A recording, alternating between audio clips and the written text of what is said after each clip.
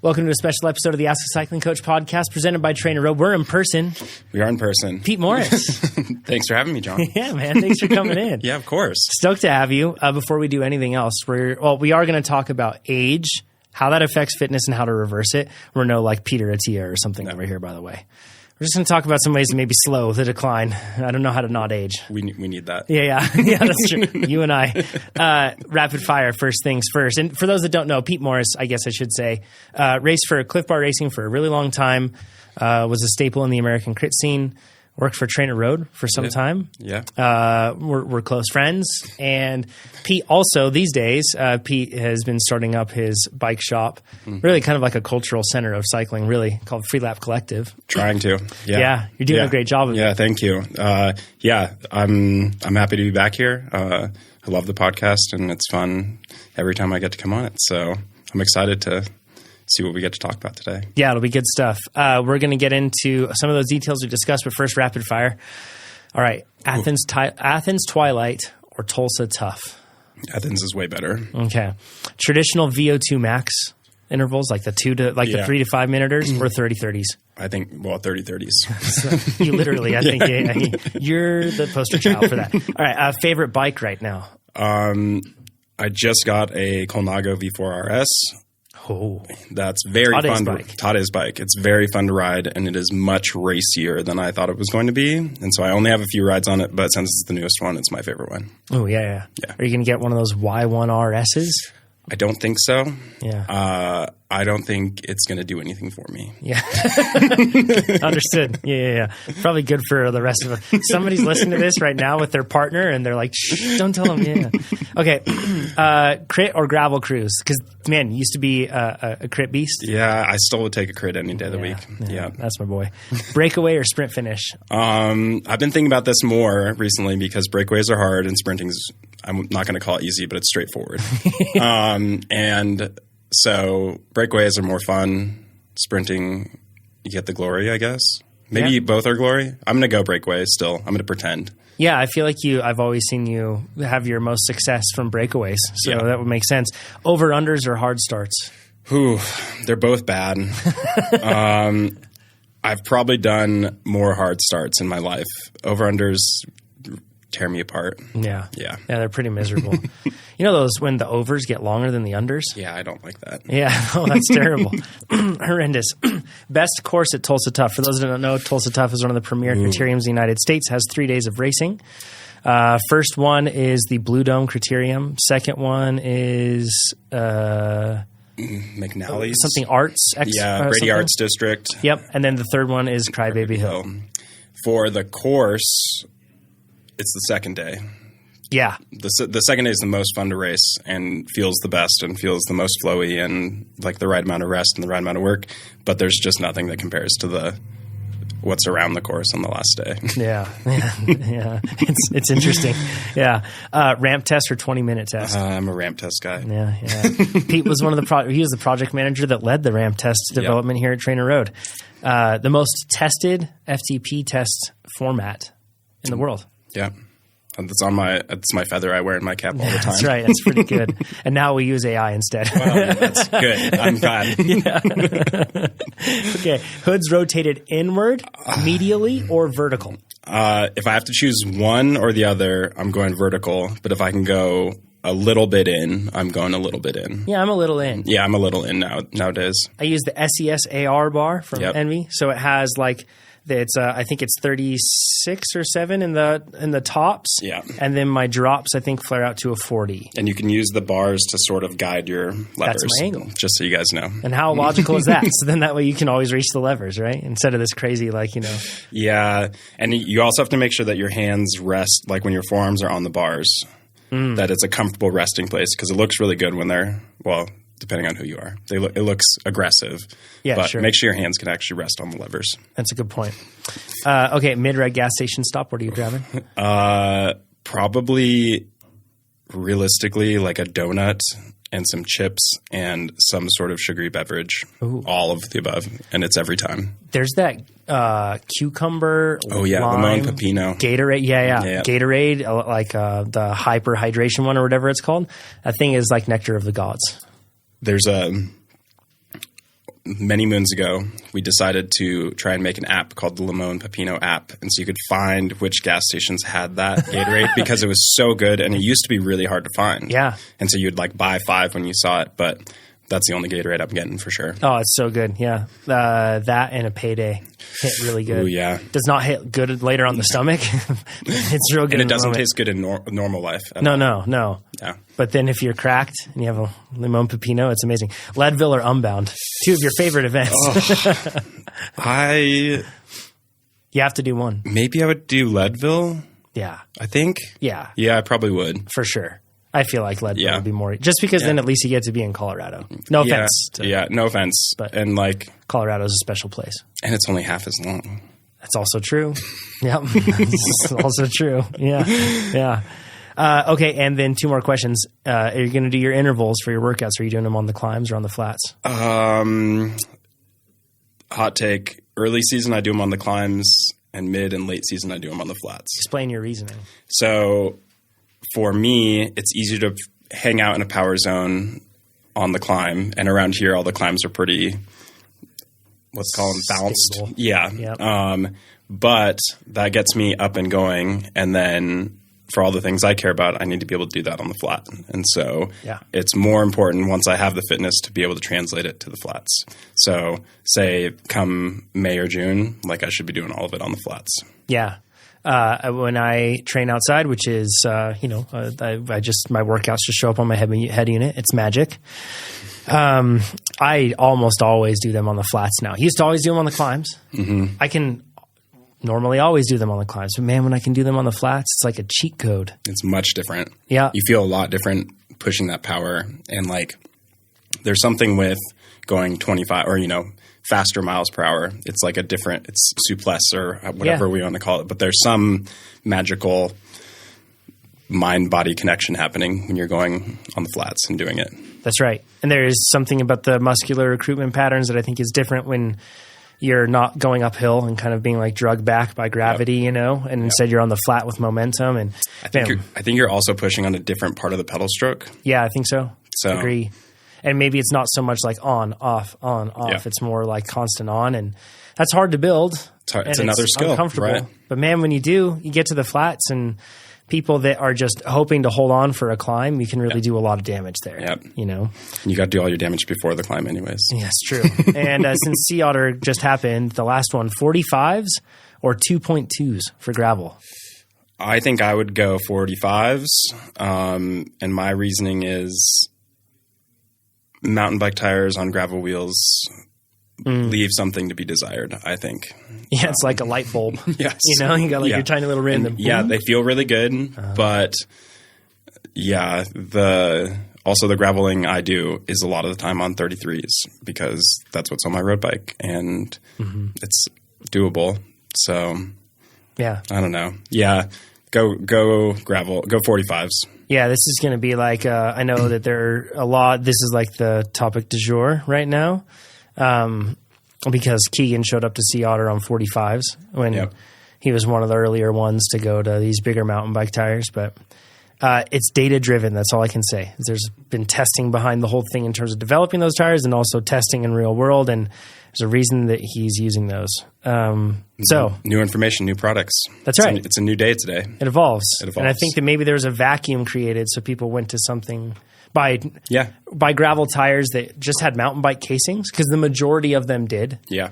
And instead we're probably understanding the fact that you can actually make a gravel tire faster if you design specifically for the use case. Yep. You kind of use like a road casing, but then you throw in some sidewall protection that's going to be stout and deal with deflection and bending well, and you're set, And all these manufacturers had certain casts and dies ready for a certain size tire, and they weren't going to there's manufacturing processes that had to catch up to this new generation. It's immensely expensive. It's immensely expensive for them to just be like, oh yeah, cool, we'll make it in this size. You got to do market research before that because it's so much investment. And I think that the big thing that's misunderstood is bigger is not necessarily faster. Yeah. But a byproduct of the size oftentimes creates less friction in the tire. So when you have those skinnier tires, a lot of the time they have a sharper deflection curve. Yep.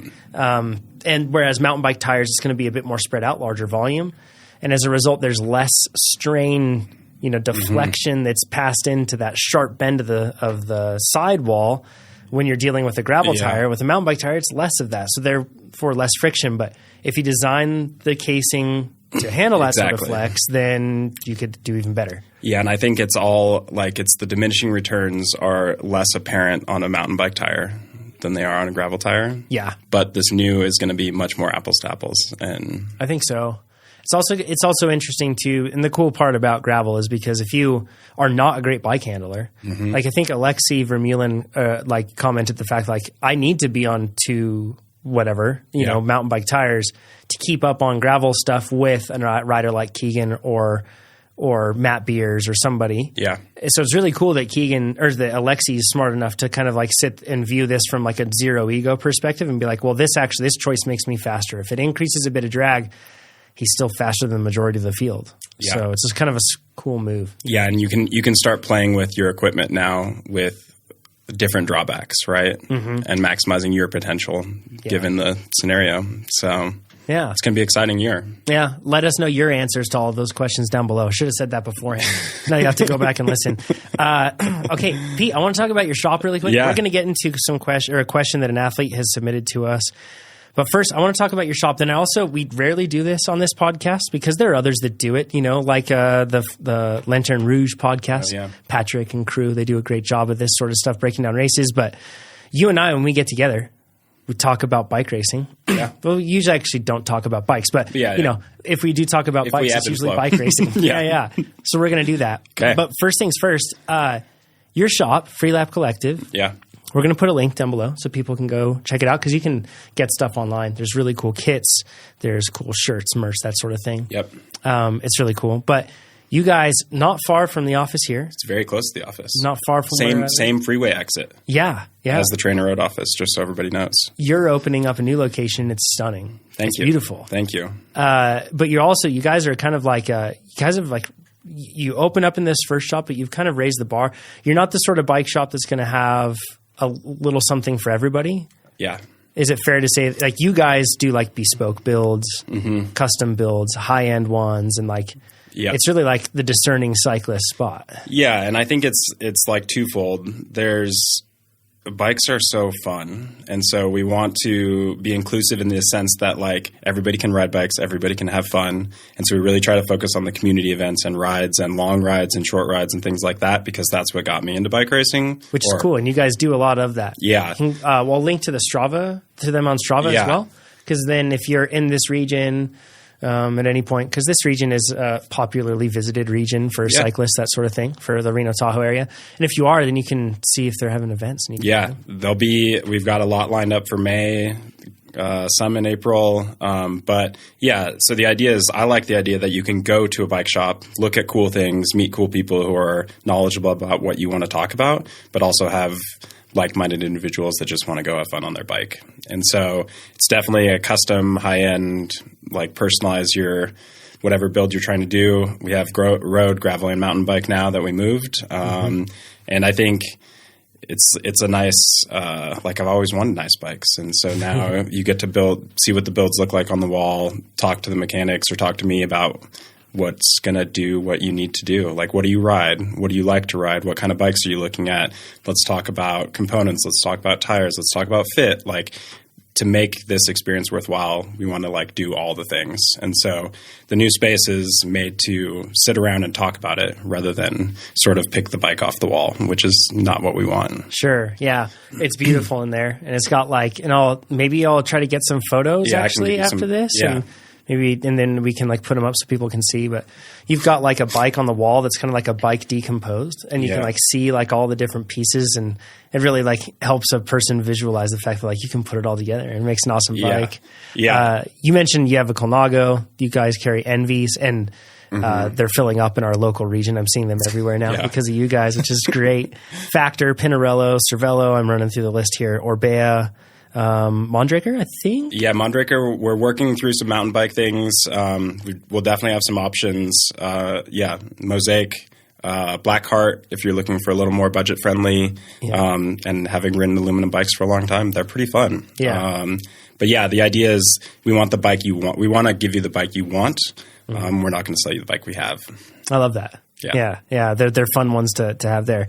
There's you guys also carried like beautiful kits from Panorama Studios. Mm-hmm. You have Ossos made an amazing jersey for you guys. Yep. I think I saw that on the website too, which is cool. Yep. There'll be a kit release. So we have a test team that's like a race team that's mainly for product development. Honestly, like we like to wear our kits. We like to see how they work. We like to do all the things, but we'll have a shop jersey that's pretty cool that we designed that I think is showing up at the end of this month. So Sweet. We got some of those, and we'll do a big like announcement for that. So anybody who wants a like non-labeled free lap jersey, this is the one. Nice. That's awesome. So you guys are doing a grand opening Friday, May 3rd. Yeah. Or Saturday, May 3rd. Saturday, May 3rd. If people are in the area listening to this, you're in the Sacramento area, wherever else, come on over. Going to have a big group ride that day, I think. Yep. It's a great spot for group rides because we're right at the base of Geiger Grade, Mount Rose Highway, 2 really big climbs. And then we have this big valley to the south of us that's relatively low traffic. Yep. It's a good spot. It's like the hub for where all rides kind of go out of Reno. And there's a new coffee shop moving in. We've got beer, pizza, sandwiches, like Mexican food, all in the same place. So yeah, we're really excited, and we spent the last few months building it out. So I'm a much better construction worker now than I was 3 months ago. But yeah, it should be a cool, hopefully it's a bike shop you walk into and you're like, I can't believe this is a bike shop. That's awesome. Which is the goal. I'm stoked for you, Pete. Yeah, thank you. It's really cool. You're doing awesome stuff, man. We're trying. Right in the same shopping center is also a cryotherapy place. So then you can train, and then after that you can go and do your cold therapy, and then you can compound your gains. And Pilates. Yes. Yeah. It's an amazing shopping center. It's a good one. And like, I think the last piece is we've always tried to pick a place where you ride by the bike shop on your normal route. Yeah. So that's why the first one was so obvious to us. Yeah. And complete transparency, we had zero money to start the first bike shop. But we figured it out. And so this time we knew what we wanted and got to do things, say 80% of what we wanted to do. So it's fun to come up with an idea and put it right on the road when you ride on Foothill right next to it. That's how you get from North to South Reno, 80% of the time. So yeah, I'm stoked. That's awesome. Well, this is so that's the Pete update. That's what's going on with Pete. We hear people ask that pretty commonly. Hey, what's going on with Pete? There's the full details. Also with this, I want to organize something, Pete. Mm-hmm. So right now, actually, we just launched this. It's the TrainerRoad Throwdown series. Ooh. Very fun. Fridays, 10 a.m. Pacific. That's 5 p.m. Okay. 5 p.m. UTC. They're going to be on new courses every week. This week is going to be Lock Loop. We're going to do 3 laps, I think, on Lock Loop. Okay. That's in the Scotland map. Last week, it was great because we're new with this thing and we're trying to get it off the ground, and we want to make the best Zwift series possible. Yeah. And make it the most fun, make it so that people aren't as within the realms of what we can do. We can't rewrite the rules of the game or something for Zwift, but we want to make it so that it's fun and it's enjoyable. And if these are the sort of races you can drop in and do. And then you can kind of check that box and say that is actually a good substitute for my interval workout. So then that way, they're always going to be somewhere around 30 to 45-ish minutes, somewhere around there. Okay. It'll be really intense for probably that whole time. Or you can just show up and chill, but they have A through D on the categories. Last week we had 57 athletes show up for the first week, which is great. That's great. We need to build up from there. Yeah. So if you're listening to this, go to the TrainerRoad Club on Zwift. I'll link to that down below. You can see it's one of the first links you can see in the description. You can find all the information there. And then you can also just Friday at 10 a.m. Pacific, you can search for TrainerRoad on any sort of Zwift aggregator, event aggregator, and you'll find it there. And you can sign up for them. But sign up. Give us your ideas on what to do to make Zwift racing better. Yeah. So right now in the YouTube comments, let us know what do you not like about Zwift racing and what would you change? So then that way we can make sure that it's good. Yeah. It'll be really fun. In addition to the Zwift racing, can we do a group ride with you? Yeah, let's do it. Get the people with you. Yeah. Answer some questions in the chat. Yeah, people would absolutely. like it. Okay. Let's do Friday. April 25th at 5 p.m. Yes. Pacific. Yep. That way, it's kind of like, I know it's a little later for the East Coast. I know it doesn't work for Europe, but we leave our Australians out with that whole 10 a.m. Pacific timeline. So Australians, that's 10 a.m. Pacific the next day. If we do 5 p.m., that's 10 a.m. the next day for you. Hopefully you can join us on a Saturday at 10 a.m. I'll be there. Yeah, Pete will be there. Yeah.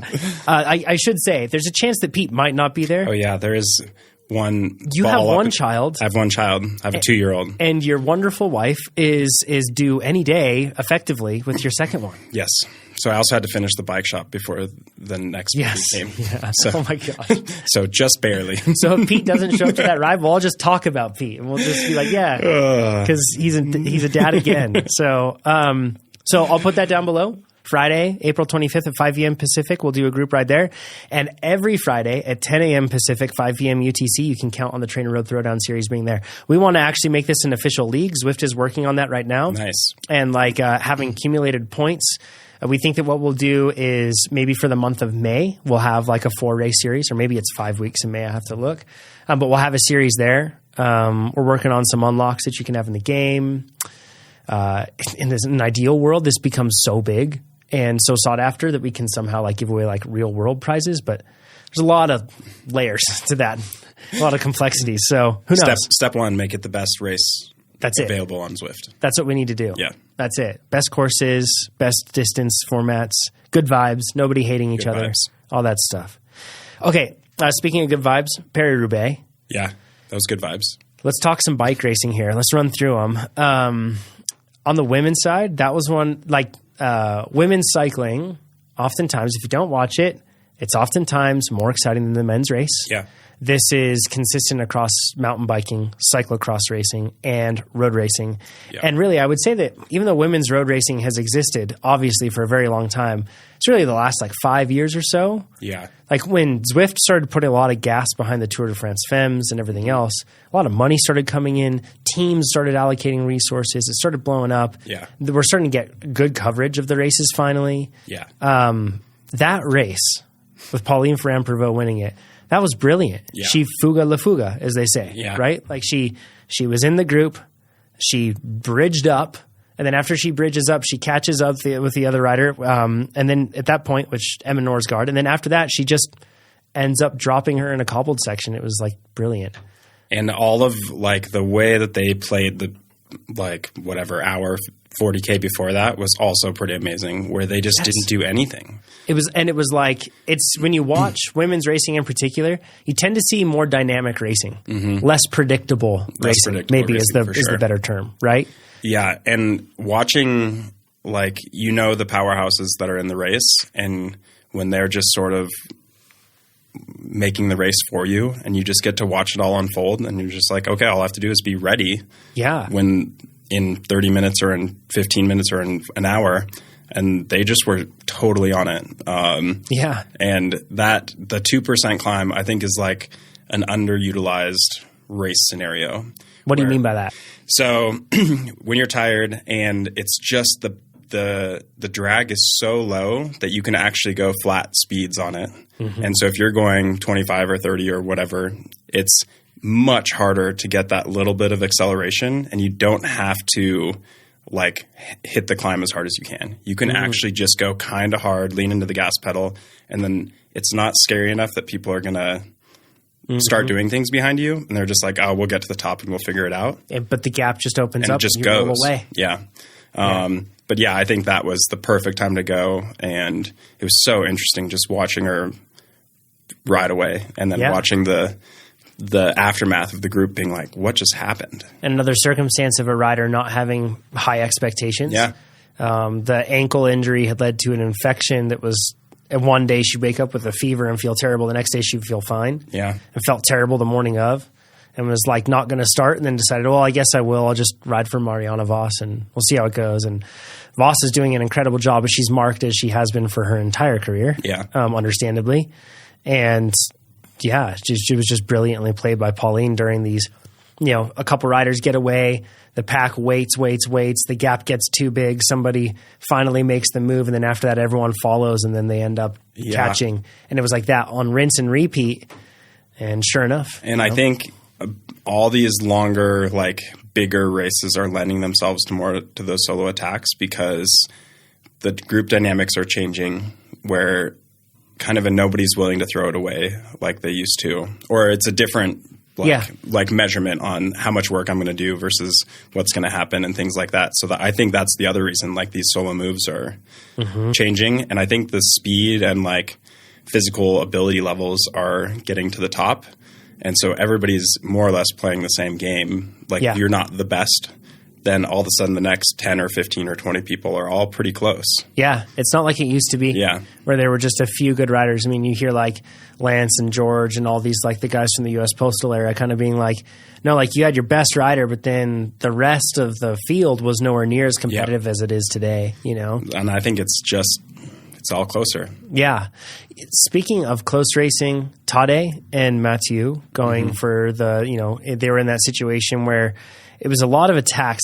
This is interesting. Did you hear that Tadej say that it was the highest average power he's seen for a race like that long? And that was before, I think he was referencing before Matthieu and Jasper got up the road. Yeah. It was the highest average power he had. Yeah, for whatever, 4 hours or something. Like 4 hours. Yeah. Yeah. And of any race that he's ever done. More than Worlds, I even think he said. Yeah. Which looked silly. That's crazy. Yeah. That just shows how hard that race is. The cobbles also just like so much power you have to put out to get through them. I noticed Matthieu intelligently getting gaps and stretching things in those sections, and it would be really hard for Tadej to shut it down.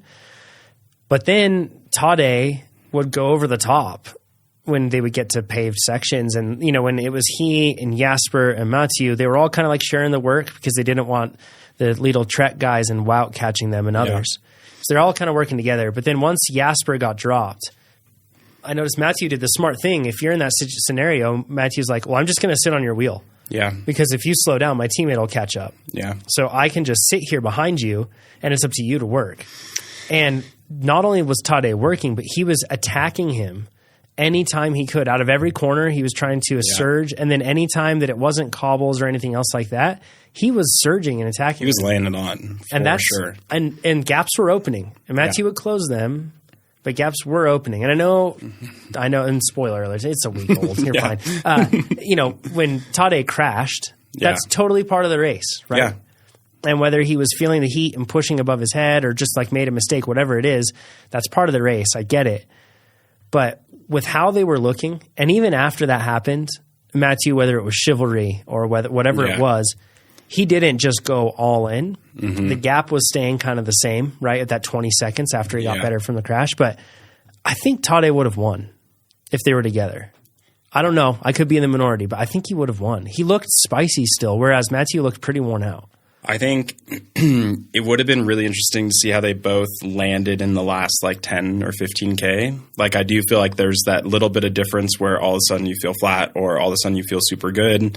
But it would have been way more exciting. And I think I would have called it a 50-50 shot, right? Like if it comes down to a sprint, even then you maybe never know. Like, probably Matthieu is going to like smoke him, but it's happened to him before where all of a sudden he doesn't win the sprint at the end. Yeah. He was looking gassed. He was. And he wasn't able to like gain any time going through a lot of cobbled sectors after that crash. Yeah. Tadej gets a flat, drifts further back, but then Matthieu also gets a flat, and it kind of like nullifies the flat difference. After they switched bikes, I found it interesting. Tadej said that he really wished he had a bike computer because then he thinks that he could have eaten away into that lead and maybe caught. Yeah. So that really shows that like Tadej, this is controversial because a lot of people are like, oh, you don't pay attention to the numbers. That shows that in a breakaway scenario or something like that, how valuable that data is for Tadej. Well, and especially at the end of like, you don't really, you know how you're feeling, you know how, if you're going fast, but it'd be really interesting to see if the fast number is high or the fast number is lower than you think it is. Cause I think that changes the way you're going to approach that. And I think his like super hard dig after the crash to see how close he could get to the cars was the right move. Like, was for sure. Yep. And maybe magically or Matthieu flatted 10K earlier, then all of a sudden the race is back on. Yep. And so I think it would have been really interesting, especially if Tadej and Matthieu hit those later sections. And I think Tadej was also doing the right move by saving all his swings for after the cobbles. Yeah. When everybody feels the same amount of gassed, but Tadej's like, well, I'll give it 20 more seconds. Yeah. And that's the way he was going to win. It was punch. That's how, which Van der Poel's punchy, but Tadej's a different level of punchy, right? Like, and that's how he would have won it. I don't know if he would have won it in the sprint. It would have just been through like bludgeoning, going through time after time after time. It would have been really interesting to see. It would have been maybe next year. Yeah, hopefully. If you're listening to this and you want to cut to the point where we talk about the athlete question, you can go on YouTube or on Spotify and you can look at the timestamps and we'll get to that athlete review question. But a few other racing things I want to talk about. Yeah. If you like racing, stick around here. Wout, him being in bad form right now is just the saddest thing in the world. I'm leading I, along with probably millions of others, we're leading the fan club of wow. Yeah.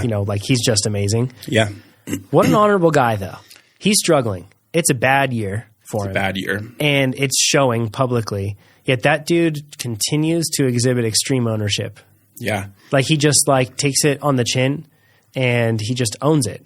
There's this weird split in, it's probably all professional athletes currently, where either you say, yep, this is what I did, this is why it's not working, like I'll do better next time, or you start down this path where it's like, I sat on the couch the wrong, or there's a sequence of justifications. Yeah. And I think I really hope that setting this example brings everybody back, because at the end of the day you're in charge of you, and ownership actually is what makes you get better.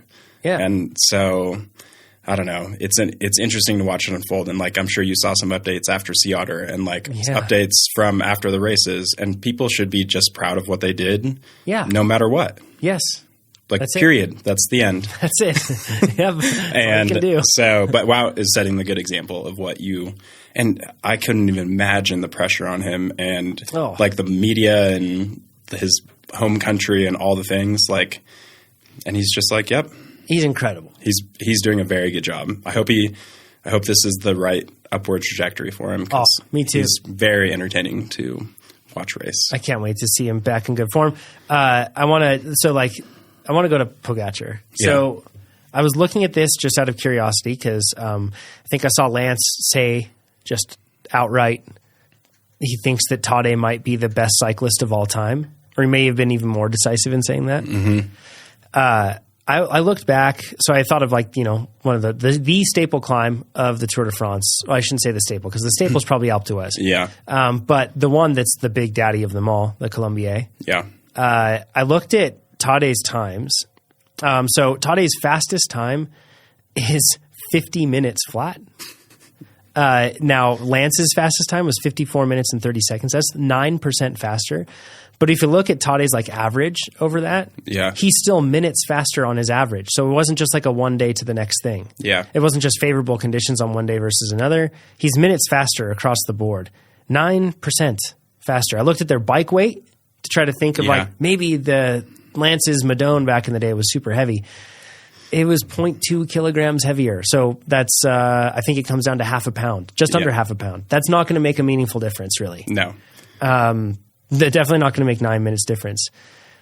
I guess that when I sit back and look at it, all of the advancements in nutrition and in training and all that stuff, a 9% increase kind of makes sense. And I know a lot of people point at that with question marks, and they're are they clean anymore? We don't see as many doping positives, but is it just because they're ahead of the curve or not? But 9%, I know that's a lot, but at the same time, think of how much everything has improved. I feel like we used to talk about it sometimes, where if your workouts are optimal and your nutrition is optimal, you just do X amount of more work per year. Yeah. Right? At a really basic equation. And Tadej's been doing that for 5 years or 8 years, let's say. Yeah. And so the bricks stack up. Yeah. And that's the difference. Yeah. Is he the best cyclist ever, do you think? I think so.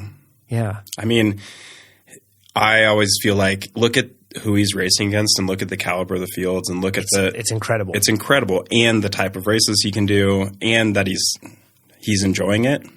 And I'm sure all the other greats have enjoyed it also, but he seems to enjoy it extra. He also just seems to love bike racing, and he'll do anything he possibly can to make it fun and exciting for him. Yeah. It feels like he still races for him, which I think is a interesting philosophy. I could see an argument that, number one, that Mariana Vos is the best of all time. Because if you're to look at the records and then also her diversity, like, and how she has expanded over into cyclocross and done so well and stuff. Matthieu also needs to be a part of that conversation with his, because this year, if he doesn't win mountain bike world championships, it's probably because of a mechanical or something, or a crash, right? Like, he's just so strong. He's a next level cyclist for sure, but Tadej it's so, and compared to golf, we just had Rory McIlroy win the Masters, and he isn't the most delightful person seeming. I don't know him, but to be a fan of him, sometimes you feel like, man, I don't know if he likes golf. And that's just never the question with Tadej. Yeah. Like, man, this guy absolutely loves it. So it's pretty great. Tactics wise, I've seen some different things this year, particularly from the Lidl Trek team on both sides, men's and women's sides. Number one, even with the mechanical side of things, it's like the first time that I've seen pro teams. There's a lot of culture that's anti-SRAM and pro-Shimano in the pro peloton. Yes. And it's finally being broken down. Yeah. It seems like and I'm not saying Shimano's being broken down. It's just the bias is kind of being broken down a bit. And they're like all in on one buy, and which you've done for years. You love one buy. And they're like making unique and novel advancements there, but it's how they're racing. I've seen that team, because it's kind of like, how are you going to beat Tadej and Matthieu and Wout? It's kind of like the main guys. Well, they have Jasper, Stuyven, and then Mads Pedersen. Yeah. Those two are just absolute powerhouses, and they have both of them. And what they've been doing is they've been like the thing to upset the apple cart. One thing that I've always noticed that you do in races that you probably don't have a good chance at winning in is you tend to attack early and do what might from the outside look like a foolish move.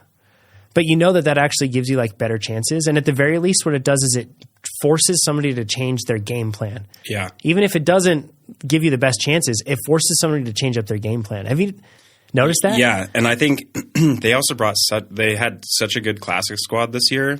Yeah. And big guys, right? Like, so when you're looking at the cards you have to play, they're like, well, we have whatever you want to call it, like 5 jacks and no aces. So what are we going to do with that? And the fact that they're always around each other, they're always talking to each other, like they're doing all the 50 right things to make it a 10-1 odds instead of 25-1. And it's working, right? Like I'm sure they're like, wow, we're always having numbers. We're always getting to decide what to do instead of being forced to do something. And like, I really feel like it's a communication, like vibes with the team that are making the difference for them, because it's really good. Mads is great for sure. Like he has the capability of winning so many things. Yeah. But now he has people in his corner that are going to like help him get that last 1% or that last 2%, because he knows he has the team that's stacking the odds again in his favor to 10 or 20% now or 10% now. Bravo to that team for trying different things, because when you deal with an immovable rock that is Tadej and Matthieu and Wout, and it's kind of like, what do we do? Do we just sit here and race for third? And they're like, no, we're actually going to kind of do things unpredictably. And I think that's a good lesson for all of us to take with our racing, is because most local areas, if you're racing, you have some athlete that's just like the best, and you're not going to beat them. Mix things up. Make it unpredictable. And it's always, there's new opportunities, right? Like if you follow the plan, there's one opportunity probably. Yeah. Maybe not even the one, but if you mix it up, there's all these points that in the race or in the ride or wherever, where you get to make a call. Yeah. And that's the thing you want as a bike racer, is you want options. Speaking of team tactics, the XCO World Cups have just started in Brazil. We had back-to-back weekends. I'm super selfishly very happy to see Chris Blevins doing so well. Yeah. It's been super interesting. Also on the women's side, seeing Sammy Maxwell do well has been a really cool story. On the men's side, Specialized has gone 1, 2, 3, 2 weeks in a row. That is unprecedented in the males field. The Cliff Lunachicks team used to did it back in the day on the women's side. On the men's side, it's been unprecedented for that to happen. They did it 2 weeks in a row with actually like 1 week Victor Koreski was on the podium, then he was off. Then the next week they had Adrien Boissy on there. But it's been interesting because everyone's been saying that they're using team tactics to win. Yeah. From a crit racer's perspective, where team tactics is absolutely everything, what did you see in those races? I saw them messing up a lot, honestly. yeah, same. And I don't want to call it out, but like there is so many times where the team would not look at the course and who was riding and what people were doing and make new decisions about what they should do. And I'm surprised. Like I remember getting to the finish and being like, how did that even happen? Like they dropped the ball over and over and over and over again. Yeah. But they are so strong. And I was also glad to see like attacks actually flying and getting gaps and like trying to upset, like we just talked about. Like you know that Specialized is trying to go 1, 2, 3. So like what can I do to make this different? Yeah. And if I was in the race with them, watching them kind of fumble over and over again, I would have been licking my chops just because, like, yeah, it didn't pan out on that one. But you know that they don't have the synergy to understand what they should be doing to maximize their numbers. Yeah. You know, Fabio Puntener, the Swiss rider, young rider, he took a few flyers by skipping the feed zone where they were doing water drops. Yep. You know, and all we needed was one more of those maybe. Who knows? And it could have been the straw that breaks the camel's back because it wasn't well organized. You know, the week before, Chris and Victor both hit the front of that race so hard, and they got an early gap. It's the foolish thing that you typically don't want to do, right? You don't want to go from the gun. Well, they did go from the gun, and they got just enough gap to be out of sight.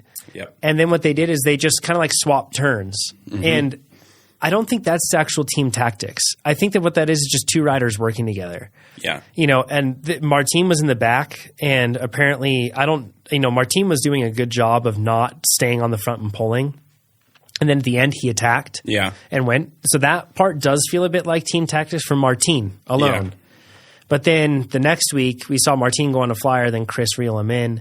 And then when they did have a gap and it was the three of them, and they could have like just kept going with it, you know, they didn't.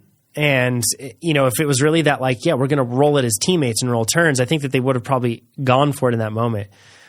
I'm not really sold on team tactics being played there. And I also don't think that team tactics really on those courses, because there's a lot of sections where you kind of group together. When we get back to Europe, where the courses are much more just like watt kg kind of based, I don't think that even team tactics are relevant. Like you can't, unless you're blocking somebody in a spot where they can't pass, I don't think that it's even relevant. No, and I do think this course would have lended itself to like bridging that gap on the descent or like over the top of the climb, not the whole way up the climb. And like it was apparent to me that some people didn't know what was going on in the race and were just racing their own race. Totally. Which is, that's a skill in itself, but you kind of should be knowing what's going on to inform your decisions. Yes. Or even just think about, like, we've talked about it dozens of times at this point, but like use the course to your advantage. Yeah. Use yourself to your advantage. 100%. And like, I don't know, dragging the whole field back up a climb when you obviously are strong enough to get rid of them. It's kind of head scratching. Head scratching. Sure. But that course is really fun to watch. It was cool. My favorite cross country courses are the ones from Brazil so far. They've been incredible, and I'm really excited to see that whole series. Last thing on racing, let's talk about the gravel side of things.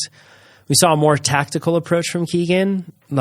Typically, Keegan kind of grabs the race by the scruff of the neck, and then just really tries to beat the field up and whittle it down. Yeah.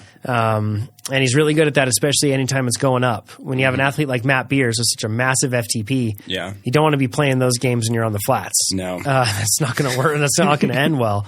So he usually does it on the climbs and stuff. But this time he was much more tactical, less time on the front. And but I saw something develop. So over last year and the years prior, we saw this consistent trend of what some would call negative racing, where you're basically just racing contingent upon the failure of somebody else. That's like how I would define negative racing, right? So, and that was the whole field seemed to figure out in unison, hey, Keegan wins a lot. So he's won all the races. So what do we do? If we just ride behind Keegan and don't go in front of him, that'll work. And the whole field, typically when you're in a bike race, there's not one tactic or one strategy at play. There's more than that. Yeah. And that's why it's really interesting. And there's game theory and there's, weighing of probabilities. Yeah. All these interesting things. But in the gravel field, it hasn't been that way. It's just been one outcome, and everybody is playing the same exact game. Yeah. There's only one challenge to the game, and that challenge has been Keegan Swenson. Yeah. Last year, Matt Beers came in, and I think they started to realize at the end of the season, we just follow that Matt guy too. And then we had Matt and Keegan attacking, but then they couldn't get any daylight because they had an entire field working together to just reel them in. And then every once in a while, somebody would sneak off. Like last year at Big Sugar, Alexi goes off the front. And I remember Keegan telling me, he's like, I told everyone that they were idiots. Like, you don't get it. Like, he's going to win. Like, he's really strong. Don't you know? And they were like, no. Yeah, they're like, no. Stick on your wheel. The only outcome is that you win. Yeah. Right? Because they're only playing that card. Yeah. And so they're missing out. I think that it's going to change after what we saw at Sea Otter, because we saw Alexi, I feel he was on a different level. Yeah. The same level he was on it toward the end of last year, but on a different level to the field. I mean, we had Alexi, Matt, and Keegan, all three of them kind of on a different level. They are on three different teams. They want to beat each other, but all three of them hate negative racing, and it really sucks for them when they're in this scenario where everyone's just marking them. Yeah. I think the three of them could do the sort of thing where you kind of form like a composite team, so to speak. You race together. Yeah. And then what you do is if you three race together, people aren't going to be able to get away. Because think about it. If you have 3 riders versus 2 riders, your rest time is doubled in between poles. Yep. And that's significant. When you can have a 100% increase in your rest time, that's huge. Yep. So they can double their rest time. And now you have 3 riders that can work together to make sure that anybody trying to get away, it doesn't happen. And then they know that if they can just work together and race really hard and race dynamically, at the end of the race, they can let the chips fall where they may between the 3 of them. Yeah.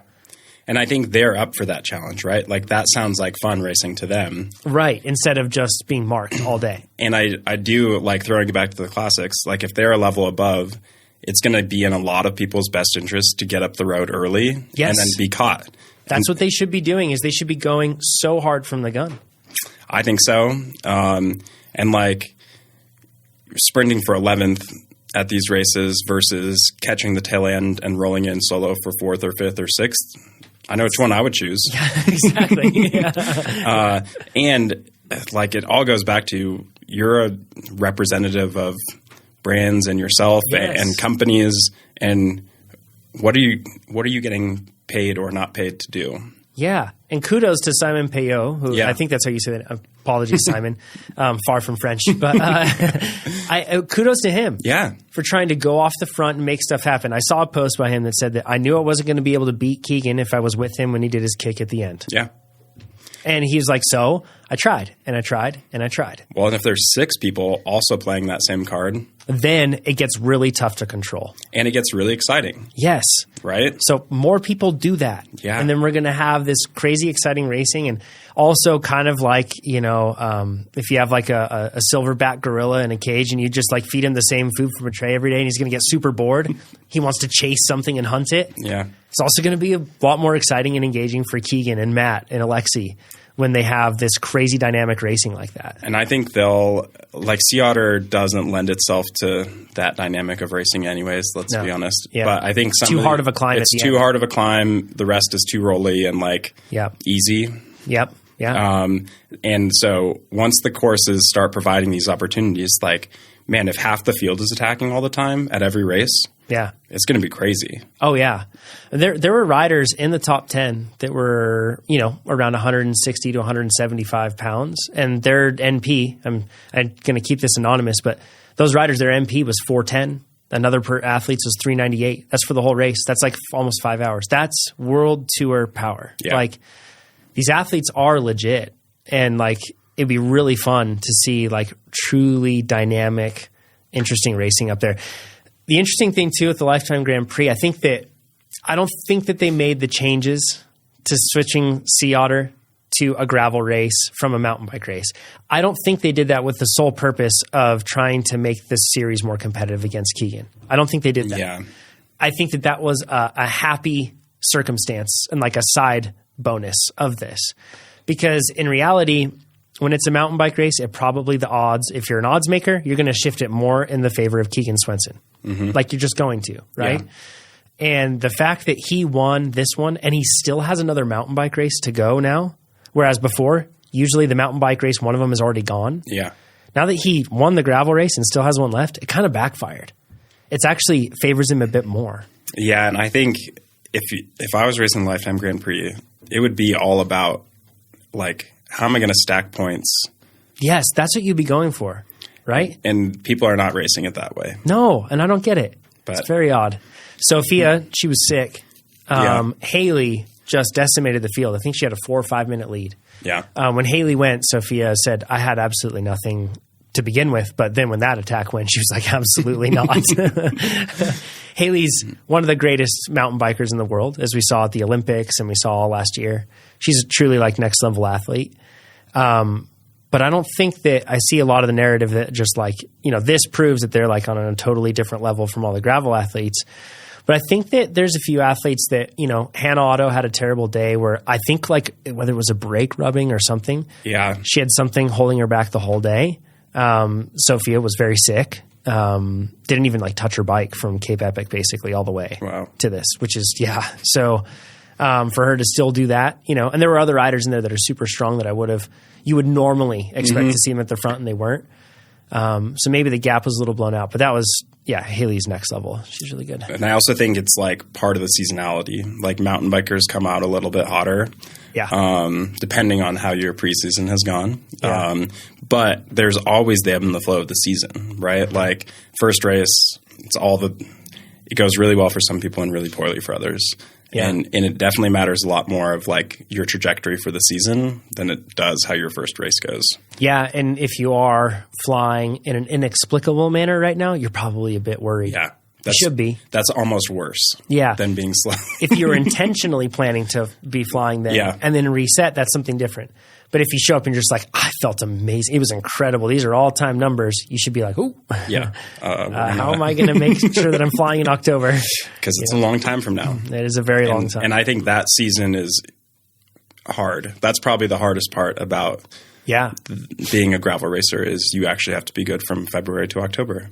Yeah, and with weird gaps, you know, it does not really clean gaps, you should say. You know, it's not consistent. And you have that really crowded September and October this year with national championships and world championships events. Speaking of world championships for gravel, they were supposed to be in Nice. This is some inside baseball for everybody. Ooh. They're supposed to be in Nice. From what I heard, Nico Roche was involved in the course planning.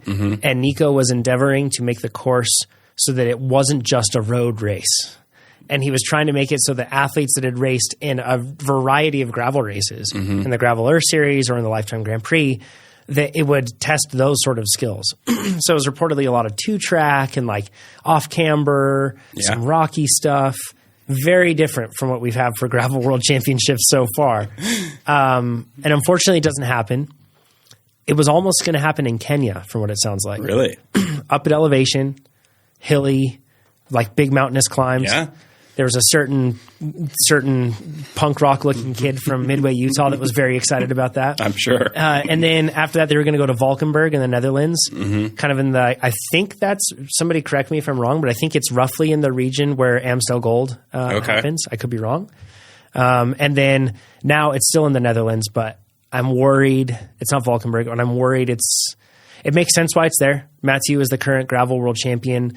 And the way that world championships work is they need a municipality and then they need a governing body from that nation to work together to fund it to make it happen. Yeah. And of course they want to fund it since Matthieu won and you know, they want to keep it going. Yeah. And I think that's for those that race the Lifetime Grand Prix or Gravel Earth stuff, that was a deflated bag there. Yeah, and I think it will take some time we just need someone who is really excited about making a very cool gravel race for World Championships. And we could have it here in the United States, man. Yeah. We obviously have courses. Yeah. And it would be cool to see it be on a course that's not like not a really rough technical course, but something that's also just not a road race with some not Strada Bianchi. Yeah, right? Like, yeah. We need – it would be good to – like, it shouldn't happen – I'm trying to think of a gravel course. It shouldn't happen certainly on Lost and Found, and it never would, right? No. But that's like rough mountain biking effectively on dirt roads.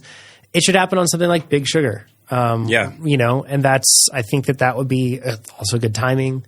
Maybe Lifetime Grand Prix hosts the World Championship somehow. Maybe there can be a marriage between the two that seem to fight. Gravel World or the World Championship should be a good test of something. Yeah. And it happens on road, it happens on mountain, right, where it's a test, right? And it's like whoever shows up on the day with the right pieces of the puzzle makes it happen. Yeah. And that's the fun part about World Championships is it's like the lottery of what does the course look like, when is it, who's coming, and that's what makes World so exciting. Yeah, I couldn't agree more. I'm curious to see how all the racing goes this year. It'll be great. Let us know who you think is going to be the Tour winner this year. I think that that one's going to be pretty skewed. That one's pretty skewed. But also if you think that Specialized Domination is going to continue in the World Cups. That'll be interesting to see. Should we get into the question that Let's do it. I'll probably shift around here so you can see my screen a little bit too. And I'll share my screen with everybody on here. We're in motion, guys. Yeah. So then that way we can see what we're looking at. This is a question that was submitted to us in the YouTube comments. And what they were, this came from an athlete. I'm just going to say your YouTube name. Ronnie Poplar, 1656. Says, I've been using TrainerRoad for 3+ years and I'm never leaving. Thank you. That's fantastic. Please analyze my accounts. I'm 62-year-old female, eat and sleep well, fuel workouts, and work 50-ish hours a week from home. I train in the morning and do 3 to 4 events per year. I never look at my ride data. I just trust the process. I promise to get better at adding ride notes.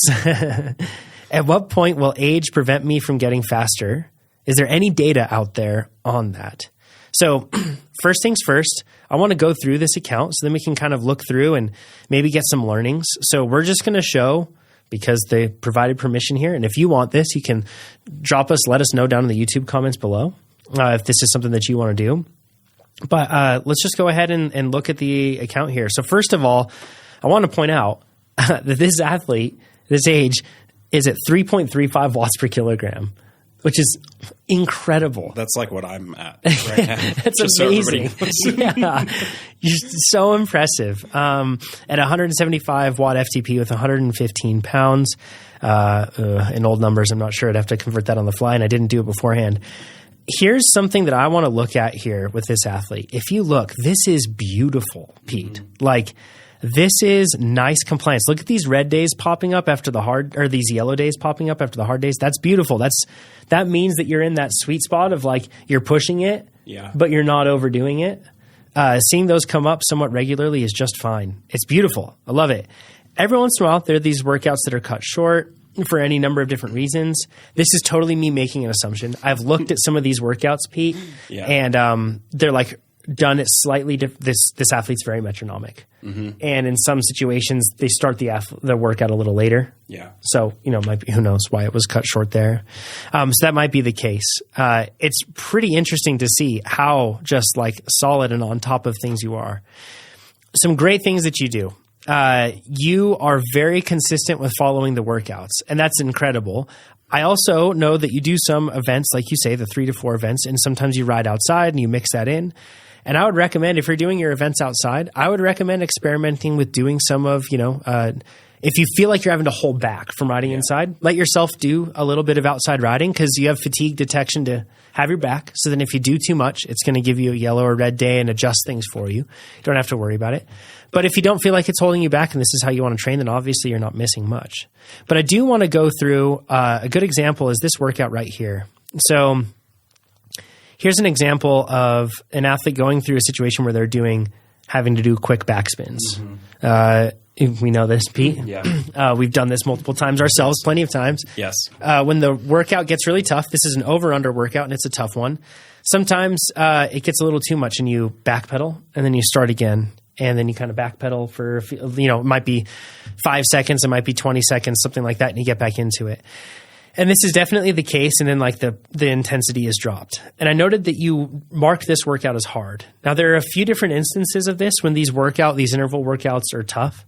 I don't know about you, Pete, but like doing hard interval workouts at like 5 a.m. is so hard. And if there's like any little thing that's not perfect, it's hard to hit my marks. Yeah, I used to do workouts here at 5 a.m. or at 6 a.m. and I am a terrible morning worker-outer. Technical term. I tried for months, and like I can wake up early, my brain functions early, but my body does not like that 6 a.m. window. Yeah. But I totally agree with you. Some days it didn't matter, and some days it did. And I think it definitely was workout dependent, and it definitely was like which side of the bed you woke up on, like how your fueling was, like how your sleep was. And I just feel like the variance tolerance you have, everybody's different, but it's more apparent at those early. You have less time to catch up for whatever is missing or lacking if you wake up, eat or drink, and then get on the bike. That's right. But I do agree that like if it's a hard workout and you have to backpedal through it, that also really teaches you something. Yes. And in this case, I'm looking at the surveys and many times when this happens, you're rating just the workouts hard. Mm-hmm. Now and I think that we aren't very strict on telling you exactly how to rate a workout. That's why we ask a really open-ended question of how did that effort feel? Because we really just want you to answer that. Mm-hmm. If you're trying to like reverse engineer an algorithm or something, then if you do that, you're probably just going to give the system an answer that really doesn't reflect reality all the time. Sometimes you'll be enticed to go another way. In this case, I really think that you should be answering these ones as it's a maximal effort. And I think a good rule of thumb, so this is me actually putting a rule down here. I think I shouldn't say rule of thumb. A good guideline and a rule that you should have here is if you have to backpedal or adjust the workout intensity down, you should rate that a maximal effort. Yeah. Because if otherwise you wouldn't have been able to complete it, or you didn't for one reason or another. Yeah. So if you have to do that, rate it as maximal effort. And then at that point, TrainerRoad is going to have some key information. Because as of now, it's like, turned it down, but it was just hard. So I guess, we'll just kind of keep things going. And TrainerRoad is trusting you that you're going to actually tell them how hard that effort felt. So don't be afraid of rating it harder than it should be, or than your brain wants to rate it, I should say. And I think a good way this might help some people, the stronger the signal, the more the AI is going to learn. Yes. Like having built some AI things in my time, the clearer, more concise, stronger signal makes for better changes and more learning. That's right. And so if you're wavering between one or the other, go with the stronger signal. That's a great way to put it. And I said if your brain wants to do something, you should go rate it harder. That was a misprint. I shouldn't have said that. If your ego wants to rate it one thing, don't let it do that. Just exactly how the effort felt. That's what you should be rating. And remind yourself that if you're truthful, your workouts will get better. Mm-hmm. That's right. That's right. And that's the goal. That's the goal. And so at the end of the day, nobody else is going to see how hard you rated your workout except for Jonathan, maybe. If you jump into the comments and drop your account. Yeah. Definitely you're robbing yourself of a little bit of extra care and refinement on your workouts if you kind of blur the lines on your ratings. Absolutely. But looking at your account, honestly, that's the thing that I can point out here, the only thing. Otherwise, you're doing a fantastic job. The one thing that I would suggest is that we now have this feature where if you click on, if you go to anything and let's click on this plan annotation here, you can hit this check volume button that you see here. And if I run this for you right now, it actually suggests that you lengthen your Saturday rides to 2 hours instead of 1 hour, or your Sunday rides, forgive me. So that's the other suggestion that I would have that will get you past potentially a plateau or something else. As of right now, it's very rare that you are having situations where you're on a yellow day on Sunday or the day after. So I think that it's pretty clear to me just from analyzing this that that's why, it's indicating you can do more. Mm-hmm. And I think that you'll get a significant benefit from doing a 2 times longer ride on that Sunday. This isn't for everybody, and anybody can go and check their volume there. Yeah. And it will give you a personalized response. But this is with endurance work, especially when it's done inside and it's uninterrupted, there's a massive difference in doing a 2 times duration ride. Yeah. Because if you're outside and you have like back pedals for stop signs, stoplights, whatever else, you kind of reset a clock when you're talking about time under load, contiguous time under load. Yep. And that really sends a pretty strong stimulus with endurance work, particularly from the middle to high endurance. Yes. And when you do that, it kind of interrupts one of the main value points. And that's why having outside routes, if you're going to do it outside, it's super crucial. I think, in my opinion, it's crucial to have a route that you don't have to frequently stop at. Yes. And you don't have to accelerate on. You can just stay in the same pace. In this case, you're going to see a big increase, I bet, with going to 2 hours on those Sundays. Yeah, and bump it to 90 minutes, see how it feels. Sure. Right? Like you don't have to go, like change doesn't have to happen tomorrow. It can start with 75 or 90s, or like try it out and see how you feel, right? Yeah. The system thinks you can do 2 hours. You can use alternates to bridge your way to it, and then you can go from there. But it's really cool because after you hit that check volume button, then after that, it's going to adjust your training plan for you and get it all going. So that's what I'm gathering from your account. But now we have the question that's coming in, and this one is all about getting into age and its effect on FTP. This is the same athlete, right, asking this question.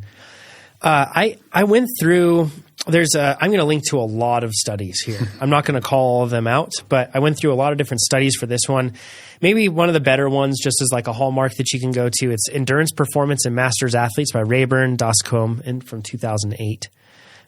It's a good kind of like a review of the whole thing, but I'll also link to a lot of different studies that I looked into for each one of these things. But effectively, and this makes sense, age and performance, or endurance performance specifically in age, have a curve and linear relationship.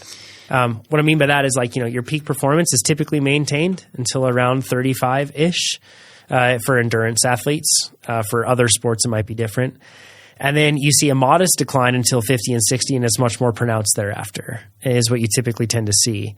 And it's actually comes out, the study that I'll link down below said roughly around 10% per decade after the age of 30 in sedentary individuals.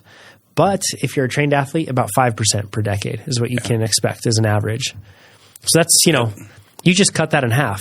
Yeah, 0.5% a year. Yeah, exactly, which is pretty great. So I'm going to go over some of the things that drop here. Your VO2 max declines on average typically 5 to 10% per decade. This is also, if you notice, your heart rate max usually drops somewhere around a beat per minute every year. Your stroke volume drops. Part of that is because of like arterial thickening as well, or atrial thickening, I think. Well, cardiologists come at me. You also, your mitochondrial function tends to drop too. And we'll get into that in just a little bit, but all that does affect your VO2 max dropping. Your capillary density tends to stay the same or go down. And typically what we want, one of the outcomes of endurance training is increased capillary density. Yeah. That like angiogenesis that's happening where your body is establishing new plumbing to be able to get more blood to things and then get stuff back away, all the byproduct away from it faster. That slows down as we age.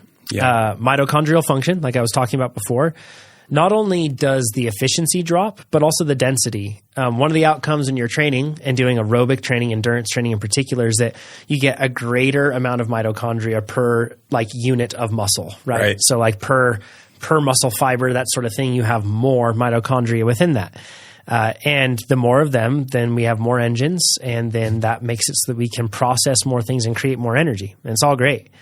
But that goes down, and then it also becomes less efficient as well. So, that means that it's tougher for you to be able to rebuild muscle as a part of that as well. Yeah.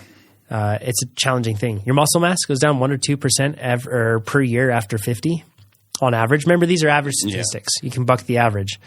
Recovery capacity goes down a whole lot. It goes down a lot. And this is probably one of the most pronounced things that we hear from endurance athletes. your inflammation, like the time to be able to move through the process of inflammation. So you train, your body has an inflammatory response, and then your body overcomes that inflammatory response. Or I should say it serves its purpose, and you move on the other side of it. You respond to the inflammatory response, and then, yeah. That's right. And in this case, that operates a lot slower. You also have hormonal declines. Your testosterone drops, human growth hormone, everything else tends to drop, all that stuff.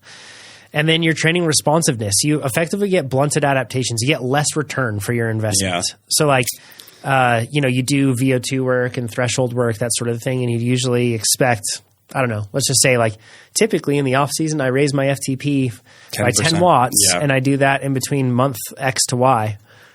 But then now it doesn't seem to work that way anymore. And it's not one where you stack things and you can't add more to this equation and have it work better. No, more is not indeed better, sadly. So all that sounds really depressing and sad. So is there any good news? And the answer is yes. Many of these declines in performance, they're correlated really strongly with training volume and intensity. So like strictly age-related themselves, reductions can be attenuated pretty significantly. Now, will you still get slower as you get older? Yeah, absolutely. Yeah. But as far as if you're to look at the general population, a lot of the statistics and even the things that we see here, you're going to have less of a decline than you would otherwise. And it's also worth stating that if you're an athlete that is not, let's just say that you aren't carrying a consistent training load from the age of 30 all the way through the age of 70, but instead at the age of 45, you found cycling and you got into it. You can get much healthier than you were when you're in your 30s and much fitter. Yep. And it's definitely like a maximizing what you can do on and off the bike, and knowing that the same amount of work or the same plan isn't going to give you the same response. Yes. Year over year over year. Yeah. I looked at our data on this, Pete, too. What I did is I looked at how many instances of athletes above 4.5 watts per kilogram, or actually in between 4.5 to 4.9 watts per kilogram, we had for different age buckets. Okay. So if you are in 40 to 49 years old, we have 33% less athletes at 4.5 watts per kilogram in their 40s than in their 30s. That's a big drop. But it gets even bigger.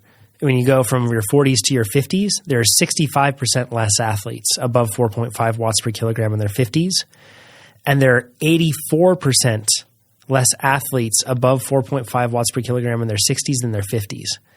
So the curve is curvilinear. Even when we're looking at real world data here, it gets steeper and steeper in terms of the drop off that you have.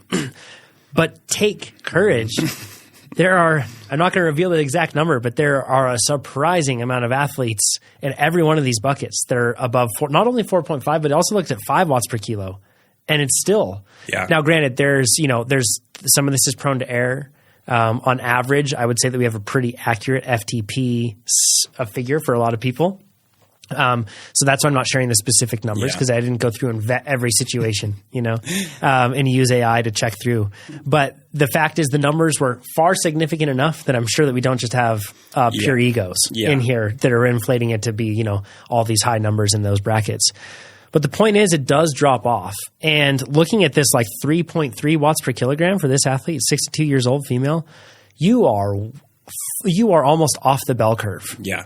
You're in this. The end of the line. The little bit at the end of the curve. If there's an arrow point on the end of the line, like you're actually in the pointy part of the arrow. You're not even in the line. Yeah, for sure. Like it's super impressive for this athlete. Maybe some suggestions, Pete, for athletes that are aging on how to maybe attenuate some of this, right? Yeah. And I think there's, especially looking at the training calendar you have, I do think when you get to the point where your training isn't doing what you think it's going to be doing for you, you have to start training your rest. No, it's super important. Right? You got to put just as much work into the rest. And a lot of people experience this wherever your ceiling is, whether that's 6 watts per kilo or 5 or 4 or whatever. Like as soon as you start putting as much work into the rest and recovery and the additive non-training things of your life, you will see a difference. Yes. Right? Like that will stretch the return on your training ever so slightly, and that will bring you back to the point where maybe you can actually get those 1 or 2% more. Yeah. And I did see, I think the others, I saw some strength training in there, and I think that's the absolutely most critical one. And it becomes increasingly more important as you age. Yes. The ROI on strength training goes up dramatically. Yeah. And both for your training and for all of the other healthy functions you want your body to do. Mm-hmm. And so you're double dipping. You get better quality of life. You get better recovery. You get better all these other things by adding strength training. But we're talking about adding more load into this. So I think this is really important. We talked about reduction of mitochondrial density. We talked about lower return on the stimulus. You need to send a stronger signal to your body, right? Sort of a thing. This is why strength training is so valuable, is because it's going to send a stronger signal. It's the strongest signal you can send to your body. That's right, because you're using weight outside of that of your body. You're using stuff that's greater than the average forces that you would encounter, that sort of thing. It's super important. I'm going to use the first point you made is so important. It's like a reallocation of energy. Yes. I'm going to use like an RPG video game analogy here. My son, we just got one of those like little old, like it's not an old Game Boy, it's like a new one, and it has like all the different games on it. Yeah. So, and he was like playing Pokemon, and he's like, wait, I have to like choose to use my points to attack or use my points to heal? And it's like, yeah. And that's just like cycling. Like you have energy that you put into training, take some of that energy, put it into your recovery. In other words, recover as hard as you would train. That's the good philosophy. Put just as much focus, emphasis, diligence, strictness, whatever else you want to call it. Consistency. All that. Yeah. Be like, dang, I did so well with sleeping. I did so well with recovering on my recovery day. That what I usually, let's say that I put X amount of units of energy into doing VO2 workouts or into doing VO2 intervals, I put that X amount of energy into cooking the best food that I could. Yep. It's like, it's a reallocation. And that's super important for athletes to understand. As you get older, you're going to have to steal some from the training side and allocate it to the recovery side in order to continue to see the sort of benefits that you want to see and see less of a sharp decline. And it's like we just talked about, it's ROI. Like you're limited on your training volume. So what can you do to shift the response you're getting? And it's different stimuluses that add up to the same cumulative amount, but you can get more out of each of those with every great meal you cooked, right? Plus 1 point. Every 8 hour plus night of sleep, or whatever consistent good night of sleep for you is, with similar bedtimes. All these little things, and it is absolutely like sitting on the floor instead of sitting on the couch for the first 15 minutes. That's like, yes, that is so important. That's like Kelly Starrett's book. There's a ton of, I'll link to it down below. But whenever I'm sitting on the couch, I try to remind myself, just get on the floor. Because then I get on the floor and suddenly I'm doing mobility work. Yeah. And it's just because of how I'm sitting or moving. I'm just not stuck. And it's standing. Maybe you stand at your work from home. Maybe you alternate between sitting, standing, sitting on the floor. Like, you got a lot of options. And if you're working from home, you can actually do some extra care. Yes. You can stay hydrated. You can make sure you're drinking 32 ounces of water before you do anything else that day. You can stop drinking water at 6 p.m. so that if you are forced to get up in the middle of the night to go pee, your sleep actually isn't interrupted. Yeah. It's like this same, like, take the tenacity you have for training and apply it to everything else. You'll be really surprised at what all of a sudden your body's capable of with just these small adjustments. So true. The other side of it too is you'll want to polarize your training more. And this is what our data shows as well. That's why the majority of athletes that are going to be in, older years, our system even just comes out and recommends it for them when it analyzes. And the reason for that is because, like you said, stronger signal. Yep. You want to have those VO2 and threshold workouts tend to drive a stronger signal. Yep. And it's going to focus in on those and really drive those up. And then the rest is going to be much easier to give you the space and room to recover. So, it's about focusing in on what has the most impact, the highest ROI. Like Pete said, you'll really want to focus on that. I think the other side of it too, on the nutrition side, if all the studies that I've seen, I almost wonder, because protein is just like having such a day, for the last 6 years, 7 years or so. I almost wonder if we're going to kind of, the pendulum will kind of come back and we'll kind of maybe realize that maybe we've gone too far in some ways. In my personal experience, I've been at 2.2 grams of protein per kilogram of body weight, and I feel better than when I'm at 1.8 or 1.6. So this is me though. This is N equals 1. N equals 1. So, but I think that it is increasingly more important for you to take in a greater amount of protein as you get older, within reason. That 1.6 to 2.2 grams per kilogram of protein is what's typically recommended in the scientific literature. But the reason that it gets more important is because, again, you get less juice from that squeeze. Yep. You can take in more, but you get less from it in order to drive this mitochondrial biogenesis that we're all after, right? Right. You want to make sure you have everything adequately stocked to respond to this stimulus. That's right. Fill up the tanks. On carbs too, like 4 to 6 grams per kilogram of body weight on those days when, like, a normal training day. If it's a hard day though, get up 7 to 10 even. Like, really make sure that you're fueling, because again, the slope, you're standing on a slope and you have wheels on your feet, and it gets steeper as you get older. And in this case, if you're going to be depriving yourself of nutrients, it's going to be even tougher for you to rebound and recover to be able to do it again on the next workout or race. So you have to make sure that you're really kind of getting ahead with the fuel side of things. And if you only have 4 opportunities per week to get the stimulus, like, you really want to make sure you're ready for it. Absolutely. And I do think that's something to take away for everybody is focusing on nailing your workouts, each one as the important thing, more than how many workouts I'm getting per week or how many, what my week load looks like or my rolling average. It's like, how do I nail the next workout? How do I nail the next workout? How do I nail the next workout? And if you get in that system of sleeping, eating, hydrating, fueling, if you do those right every time, you're going to be really surprised at how good you feel in the next day, and then 2 weeks from now, and then 3 months from now, and 6 months from now. Yeah, it won't happen one day to the next.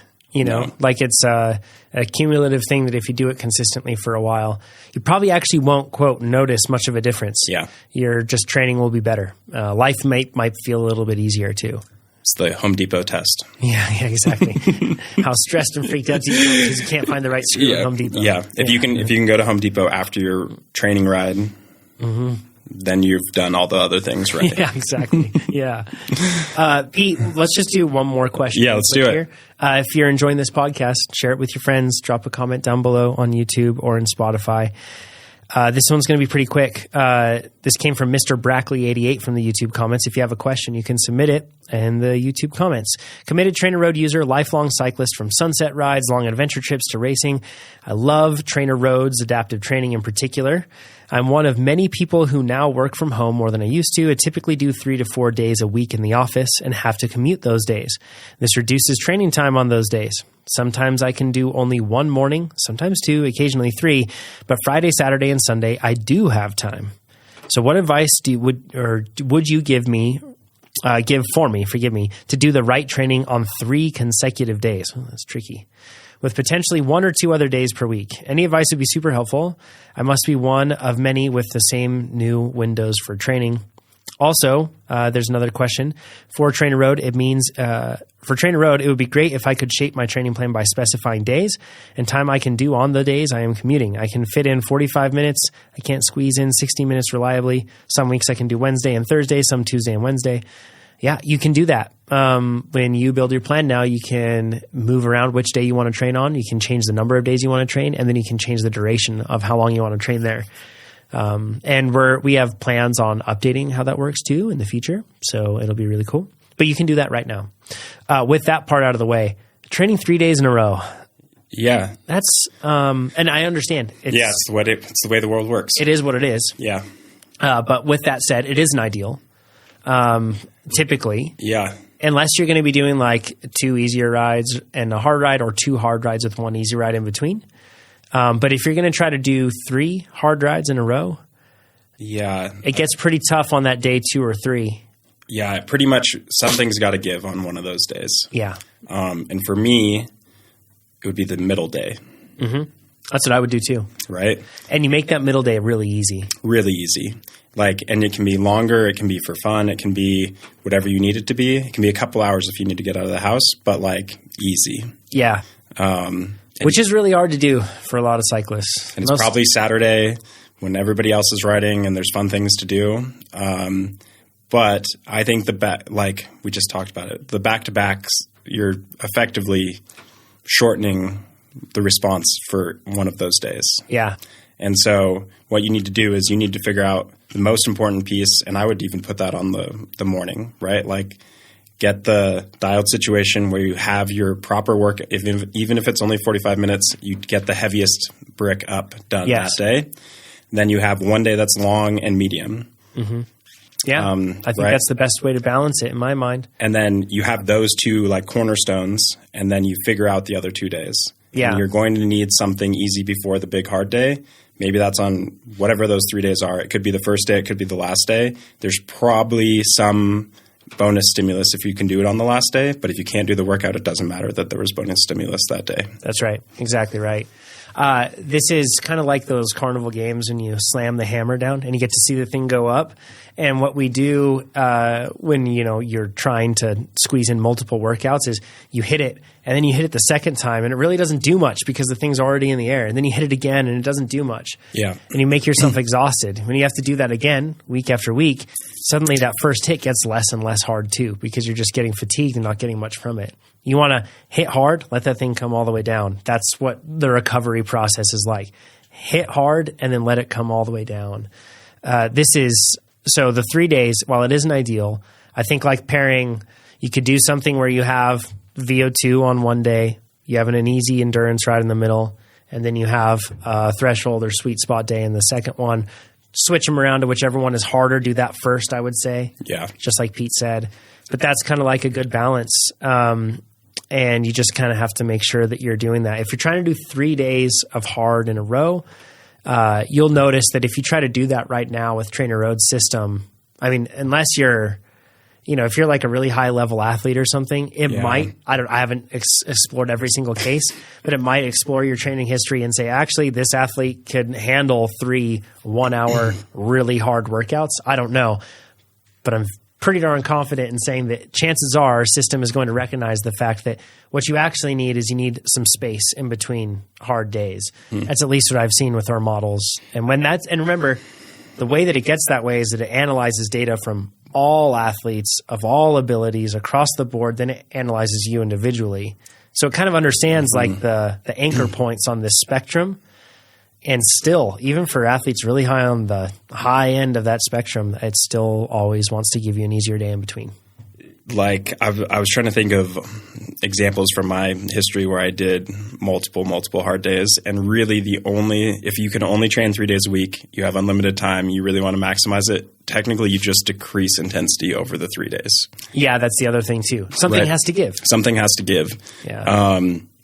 But I think you'll be surprised if you ride easy on the middle day, how good you're going to feel the following day. Yeah.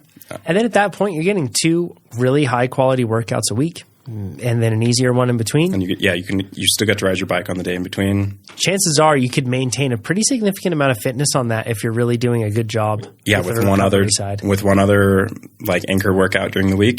Yeah. You're going to be great. Yeah, you're going to do really well. And if you're working really tough and that sort of thing and it's hard work during the week, maybe it's the perfect time to just make that midweek ride an easy ride anyway. Yeah, it's much easier to add intensity than to take it away. Yeah, it's the truth. Yeah. Well, Pete, thanks for joining, man. Yeah, of course. Thanks for having me. Yeah. Freelap.cc. Freelap.cc. Keep your eyes peeled. There's some cool stuff in the pipeline for seeing how the bike shop was made, kind of what we were thinking about. And I'm happy to hang out with you for a nice little podcast session. Yeah, it's a beautiful space. If you're just going to be checking in, obviously the vast majority of you, very few people are from this region locally, but the vast majority of you can go and check out the website, go check out their Instagram, follow them on Strava. We'll link to all those things down below. You can join Pete for a group ride on Zwift. It'd be awesome if you all could join us. It'll be tons of fun. Pack that one in and then also, invite your friends to join us. That is going to be on Friday, April 25th. And we're going to be doing that one at 5 p.m. Pacific. I think that's 10 a.m. down under somewhere. I think in Melbourne, because there are different time zones. It's a different time everywhere in the world right now. Thanks, Pete. Yeah, you're welcome. I'm not that much of an ignorant American, I promise. I know that Australia has multiple time zones. And then also join our Zwift race, the TrainerRoad Throwdown series. You can join the Zwift Club. It's Fridays at 10 a.m. Pacific, 5 p.m. UTC. And if you're listening to this and you have not yet signed up for TrainerRoad, I know you're thinking TrainerRoad's just an indoor training tool. Ain't the truth. Whatever workout you have, it can show up in Zwift. It can show up in TrainerRoad. It can show up on your bike computer. Even if you don't want to train outside, TrainerRoad will keep track of your FTP changes when you're just riding outside and update it for you. No testing needed. And it will also keep track of your fatigue. So in that way, if I'm joining Pete's group rides and I want to make sure that at least I'm not going to be completely flat for the hard group ride that they do, the Saturday skirmish on Saturdays, then at least I can make sure that I'm not going to be red coming into that day. Hopefully not. And that's alone worth the $17.50 a month that it costs if you do the annual subscription. So I would pay a lot more money to know that. Yeah, exactly. Right. So go sign up. Now's the time. Share it with your friends. We'll talk to you all next week. Thanks, everybody. Thanks, guys.